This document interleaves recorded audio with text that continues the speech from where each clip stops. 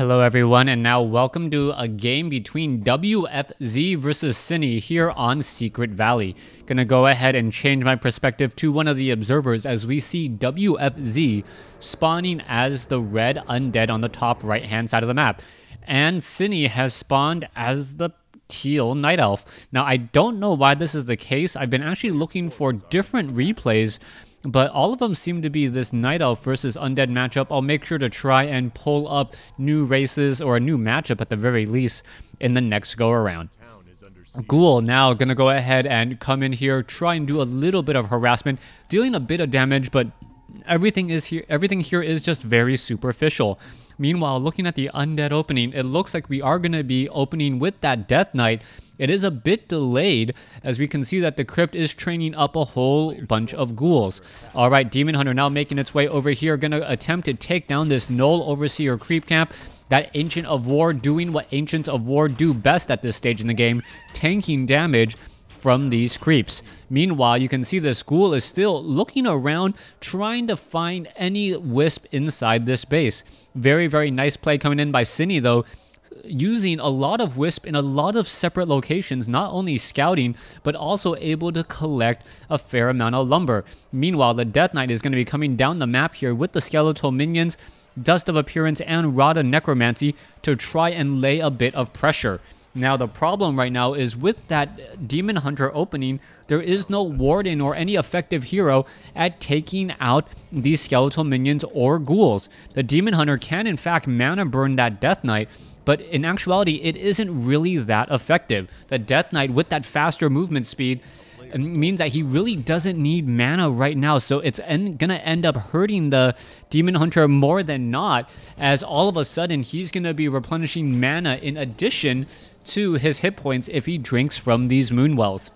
Meanwhile, back over here, you can see the Death Knight is now operating off of 6 ghouls and 1 skeletal minion. The Demon Hunter has to be extremely careful here, and I don't think the Demon Hunter has teched Immolation or mana burn as of yet. If he gets surrounded, yes, he is going to tech Immolation, and you saw him burn a little bit of mana just right there, and that is going to cause a bit of problems. All right, the ghouls are going to try and now run and hide. The Archer is going to perhaps try and drain as much mana from that Moonwell. Meanwhile, a low hit point ghoul now going to be able to make its way back out, as the Demon Hunter is still in a little bit of trouble. The Demon Hunter should have evasion though, and is now not using Immolation. Not quite sure the reasoning behind this. That is actually the perfect time to do it.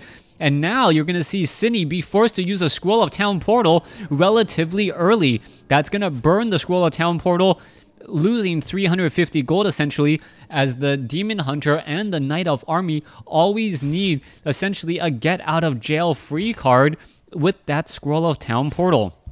Archer now trying to run away here. Archer going to be running back over here, going to perhaps be able to shadow meld, or at the very least wake up the creeps. If it's able to wake up the creeps, it will be taking a little... What is this? The Archer is now just running around in circles, and the Archer finally goes down. Should have aggroed the creeps instead, but perhaps just wasn't paying enough attention.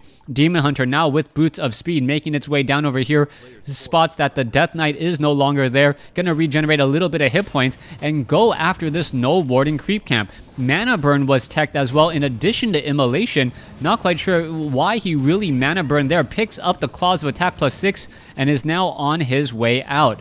Things are not looking good for this Demon Hunter by himself right now. Takes another purge, gonna absorb a bit more damage once more, as we now see the Death Knight running into a handful of archers, and we may be seeing perhaps a Naga Sea Witch as the second hero to continue this heavy pressure.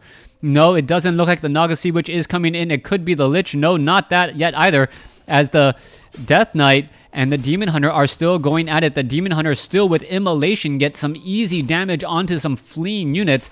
As you can see that the Demon Hunter with Boots of Speed is in fact more than enough to catch up to these ghouls, as Ghoul Frenzy is not yet researched. Demon Hunter taking a bit of damage and losing a fair bit of mana. And this is one of those situations where I wonder why the Demon Hunter opted to go for Mana Burn and Immolation.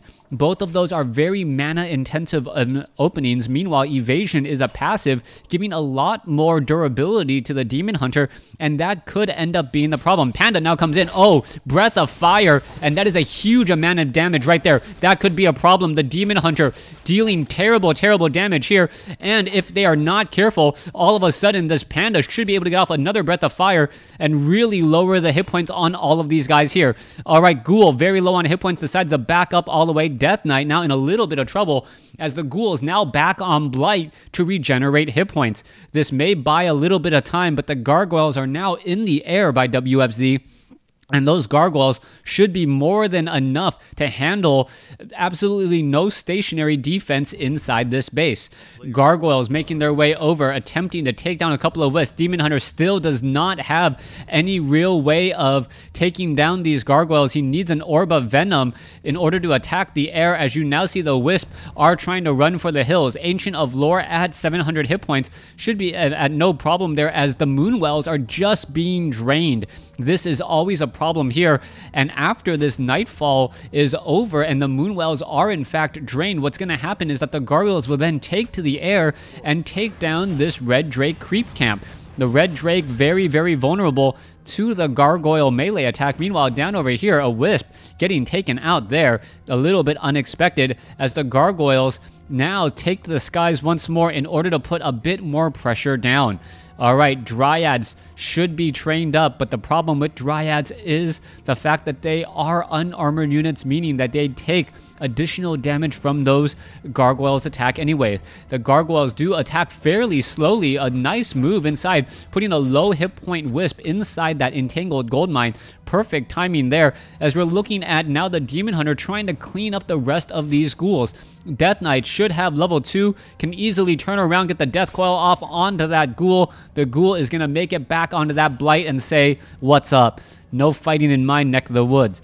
So far, the Gargoyles are now going to go ahead and finish off the Red Drake here, and this was actually possible because the Demon Hunter cleared out some of the creeps here. All right, the Gargoyle, oh, what's going on here? Did the No Warden actually take out a unit? I don't believe so, as we now see the Death Knight come down here, pick up Rune Bracers, a very nice item. Mana Burn now onto the Death Knight, reducing that damage from 50, most likely down to maybe into the 25 range, as hero armor already gives you a bit of magic resistance.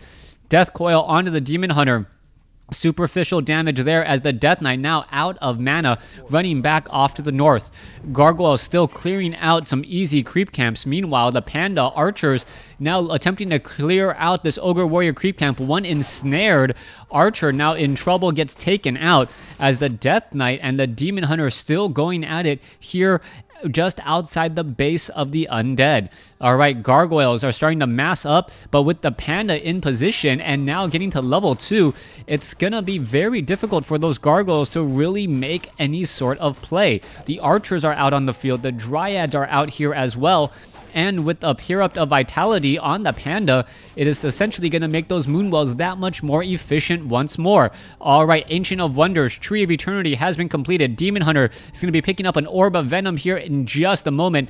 Druid of the Claw Mastery Training, or Adept Training now, or is that Adept or Mastery Training? Adept Training now being completed, so Rejuvenation will be on the field as well. We need to see the we need to take a look for a Slaughterhouse to get Devour Magic off of the Obsidian statues, and Destroyers, but that isn't even on the field yet. That means if there are Druids of the Claws on the field with Rejuvenation, the Demon Hunter is going to be that much more difficult to take out. Things are actually looking good for the Demon Hunter here, as he's going to be pressing forward. That Orb of Venom really does make a very drastic difference, adding that 26 to 48 damage plus the 13 damage from the Orb of Venom, the Claws of Attack plus 6, and the Circlet of Nobilities.